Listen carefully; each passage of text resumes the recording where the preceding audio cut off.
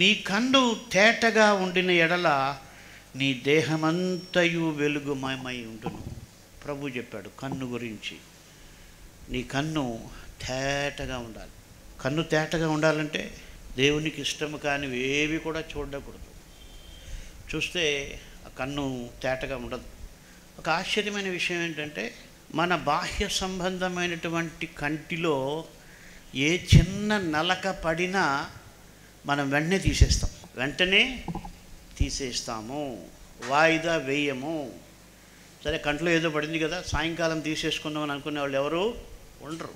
కారణం, తీయకుండా ఉండడం కష్టం.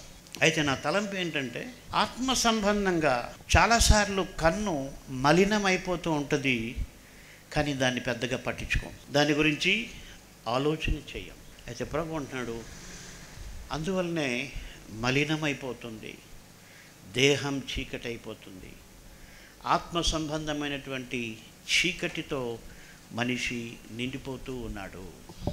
కాబట్టి మన కన్ను తేటగా పెట్టుకోవడం మన ఆత్మ సంబంధమైనటువంటి ఇల్లు నిలబడడానికి ఉపయోగపడుతుంది.